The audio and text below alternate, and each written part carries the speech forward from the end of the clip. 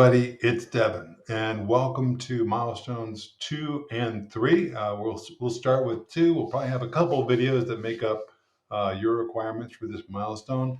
But in this first one, we are going to start creating a Active Directory domain controller. And in so doing, we're going to create a base virtual machine or a virtual machine that we can create generic versions of an operating system with at the same time. So rather than doing it twice, we'll try to do it once and streamline our approach, because updating Windows from scratch can take a couple hours depending on the speed of your network connection.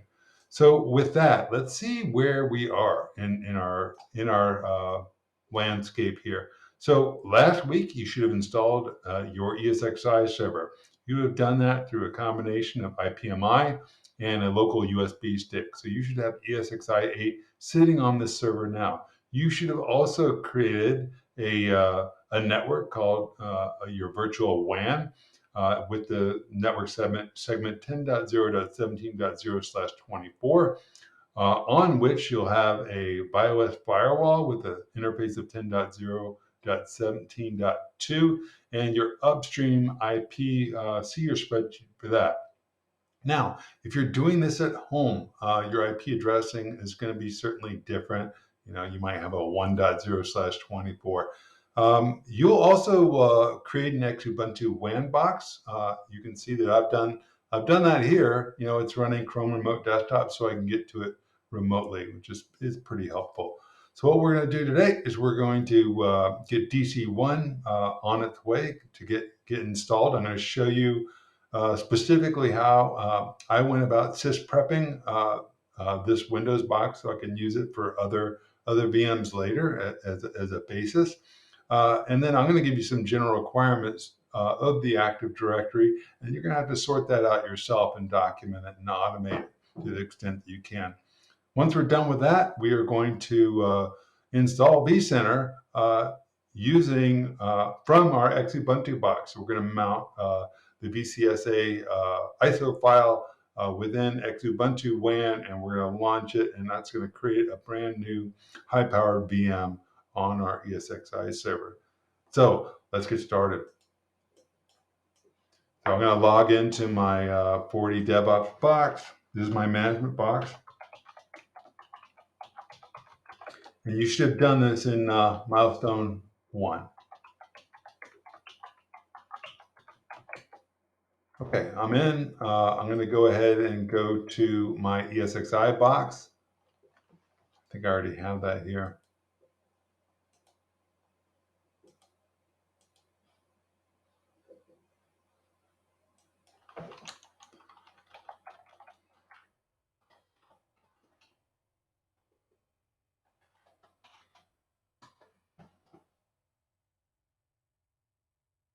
All right.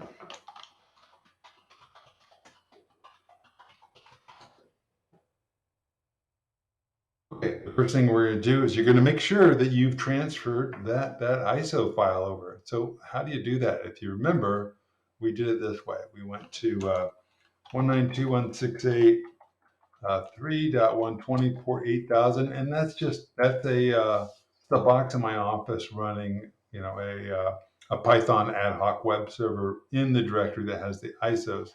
So this is the file that we're interested in. So you're gonna use that technique. I think that's the most efficient technique of logging into your ESXi box over SSH and navigating to the appropriate data store and just wgetting it, sucking it down.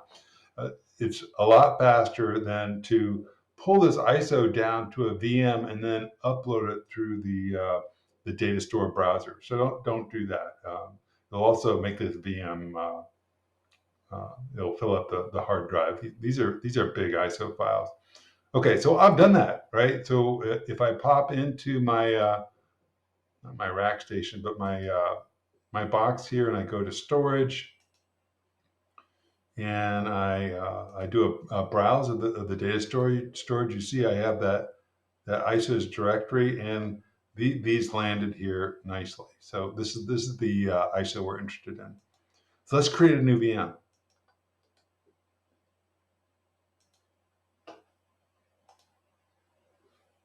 Okay, so I'm going to call it DC1. I'm going to stick with the ESXi 8 version. Now, if you're in an environment at home where you have a mix of ESXi 8, 6, 7 boxes, pick the lowest one, right?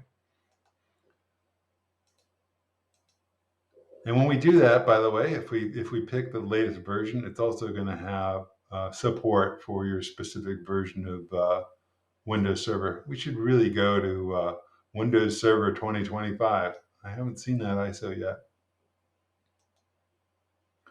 And I'm going to store mine on data store too. Many of you only have one data store, and that's fine.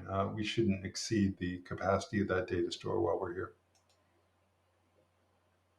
Okay, we're going to customize the settings. Look, it's picking up my first virtual network on this box, which is 40 WAN. I'm going to change it to VM network. I suggest you do that. It's more portable for the base image, right? In terms of the data store ISO file, we're going to pick that ISO that I already uploaded via wget.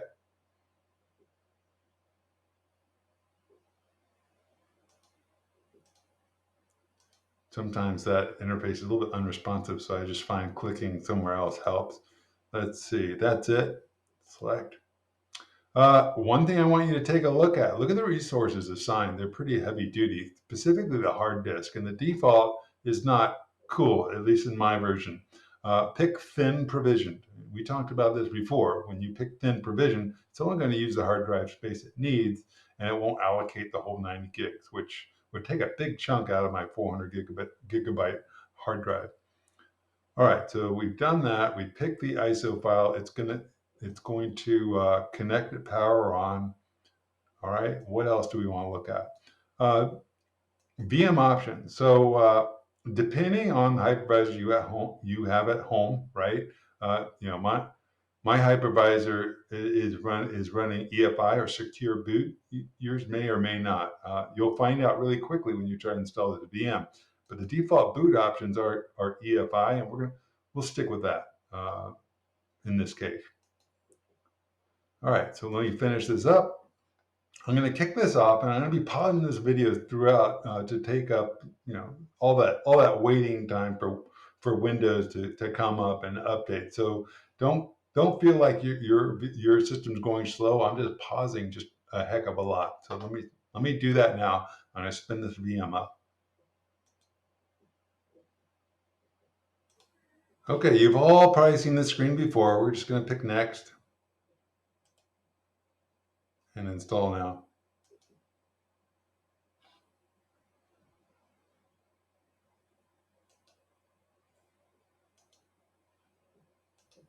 Okay, we're going to go ahead and pick desktop experience. If you really, really, really, really want to test your automation skills, you can go with Server Core if you want to. Totally up to you.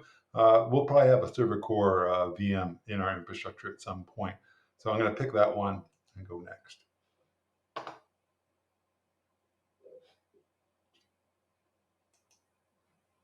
All right. So, if you're running this at Champlain College, you have the licensure to back this up. We aren't going to license these, mainly because these are ephemeral VMs. They're going to be going on and off line, but we do have the licenses to back them up. And I want you to consider that if you're doing this at home with your own gear and your own ISOs, or you're not even in Champlain College, you're just watching this video online.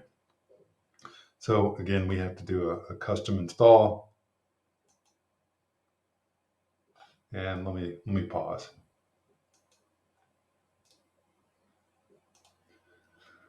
Yeah, so while I was waiting for this to reboot, I noticed this massive hole in my drywall. I'll get that patched. I'm doing office remodeling this winter break, and perhaps in the next video it'll look a lot better and painted.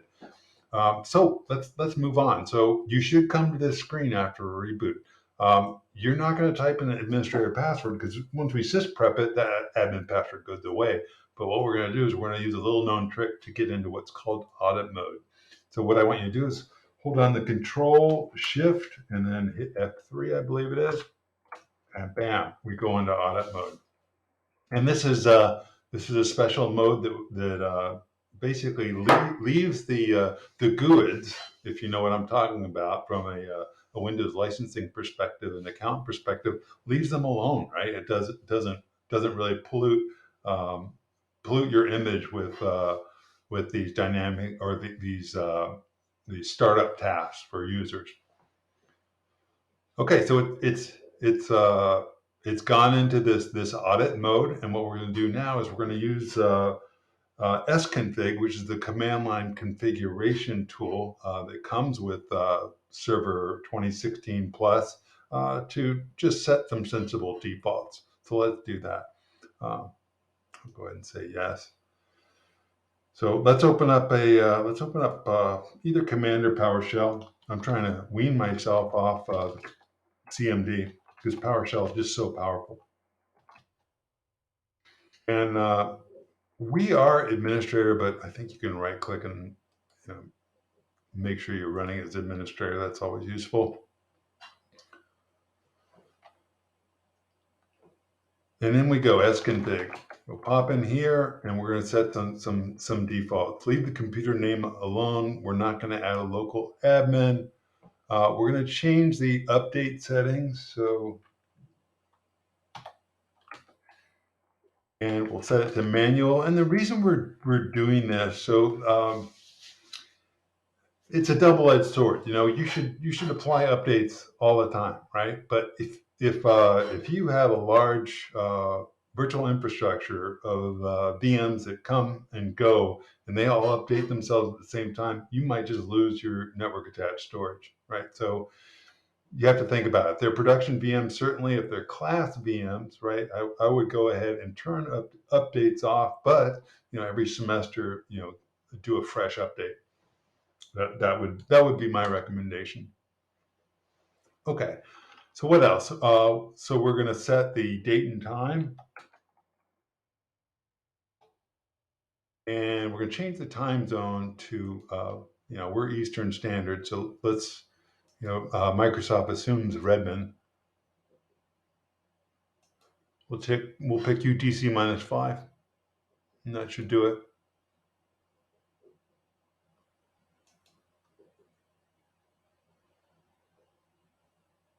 Okay, and then we can exit to the command line. Actually, what we do now is we can download and install updates. So let's do that.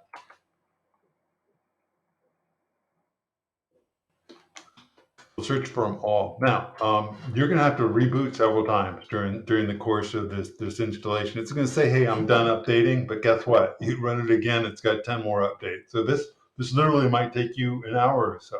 So I'm going to stop my video and I'm going to go through this reboot process as I get ready for prepping for another class. And when I'm done, I'll come back to this video and we'll move on with the Sysprep. Okay, so be patient. Find something else to do during these long waits. Don't just sit here. And I'll see you in a bit.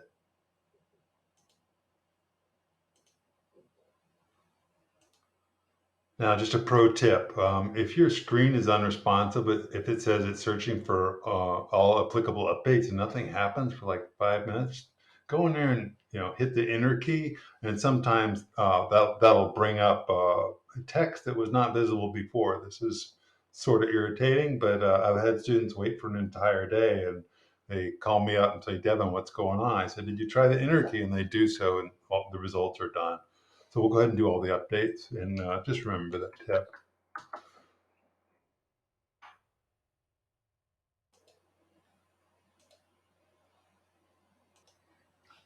Okay, that was a lengthy wait. So I had two reboots, but right now I have no more applicable updates, and that's what you're looking for. So now what you're going to want to do is you're going to want to install VMware tools, and you do that by essentially going to the VM here and finding guest OS and install VMware tools. Most of the Linux boxes will already have VMware tools installed, which is kind of handy.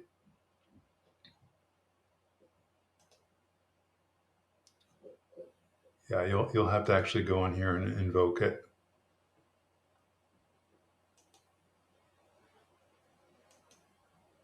There we go. So go ahead and install VMware tools, and then it's going to ask you to reboot. You go ahead and do that.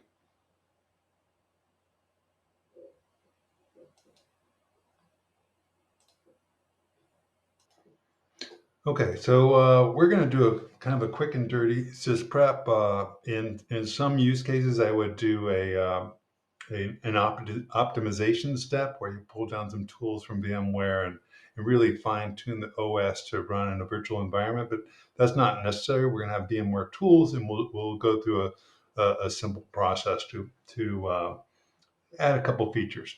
So let's take a look at this link, and this link will be in your lab. For those of you who don't have access to the lab, you can certainly look at this. So raw.github-user-content.com, GM Cyber, that's me. Range Control is an open source project of mine. And under the main source scripts and base VMs directory, you're going to find Windows prep.ps1, Windows-prep.ps1. So your job is going to be to pull that in. And I'm not sure copy paste is going to work in this version. Let's just take a look. Might not. Oh, so yeah, I have to type it in. So let's plan on doing that. I'm going to go ahead and open up PowerShell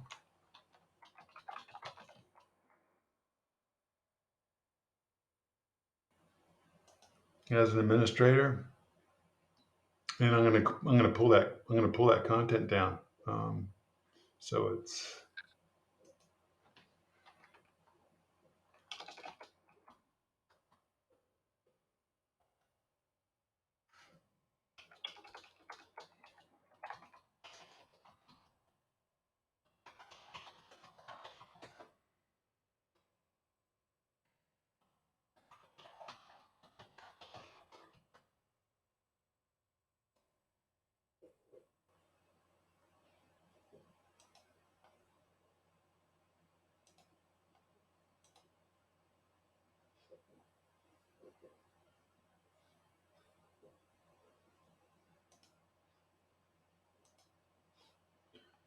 all right. So it's going to be something like this. So wget https raw.github-user-content.com. I'm going to pause my video while I type all this in. Okay, I got it all typed in. And there it is. Let's open that up because we're going to make some changes. Here on Windows 7.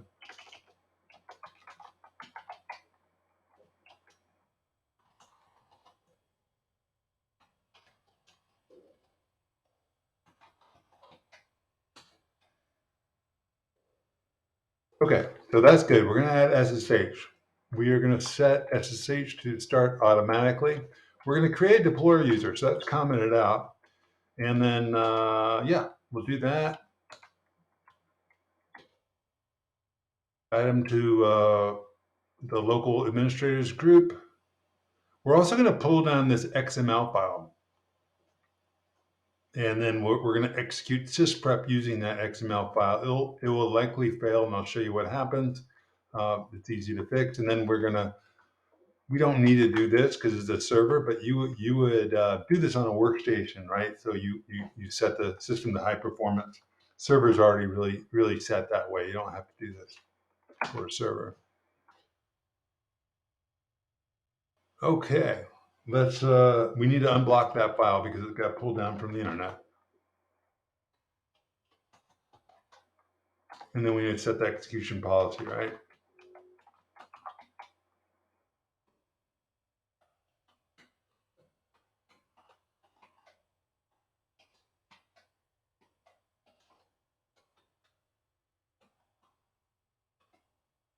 So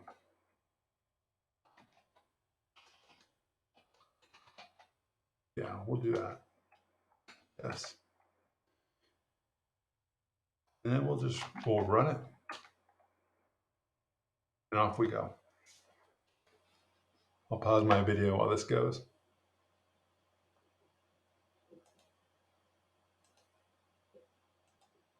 Okay, just a note. I don't do validation as password, right? You're gonna want to make it strong, and you're gonna want to remember it because I just add it, right? And if you forget it or type it in wrong, you're gonna have issues. If it's not strong, and we promote this system to domain controller, you're gonna have a hard time logging in. So make sure you're using a strong password. All right. So let me fill this out. Let me think of a good password. Got it.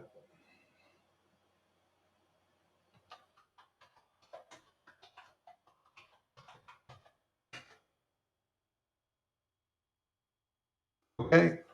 So it's not going to sysprep the box because we have this little dialog open, right? And that's okay. We'll go ahead and I'm going to reboot the box right now. And what we'll do is we'll grab that script and run the last 2 lines once we've rebooted. So let's do this.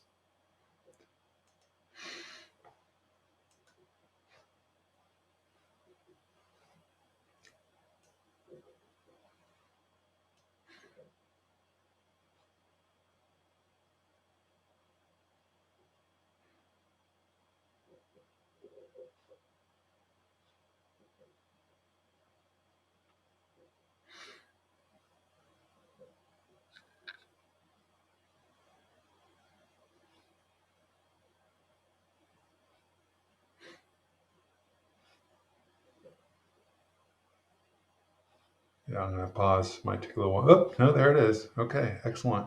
So we're still in sysprep mode, right? We're going to close this. Then we're going to open up that file again. Let's find it. Actually, let's do it this way.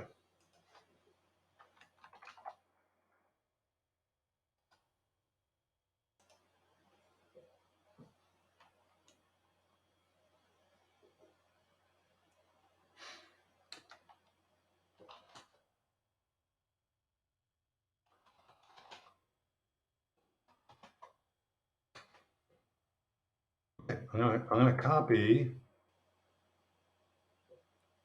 this line. Now, before I forget, why are we installing SSH? So, when you manage a Linux box through Ansible, you do so with SSH. Traditionally, when you manage a Windows box through Ansible, you use WinRM. However, SSH works perfectly fine, and I prefer to use the same protocol to manage all my boxes, to include the usage of public keys as an authentication mechanism when you hold the private component. So let me copy this 1 line, and essentially that's what it's going to do. Is it's called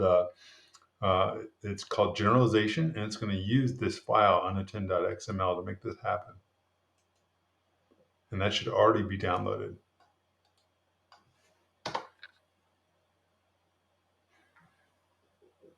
Okay, it should take a second to process, and then it's going to power off. And once it's powered off, you're going to do a couple things. You're going to remove the CD-ROM, and I'll show you how to do that in just a moment. And then you're going to take a snapshot, and you're going to call it consistently the word base with a capital B. I'm going to pause. Okay, we're about to put a wrap on this video. DC1 was turned off. Let's go into the settings.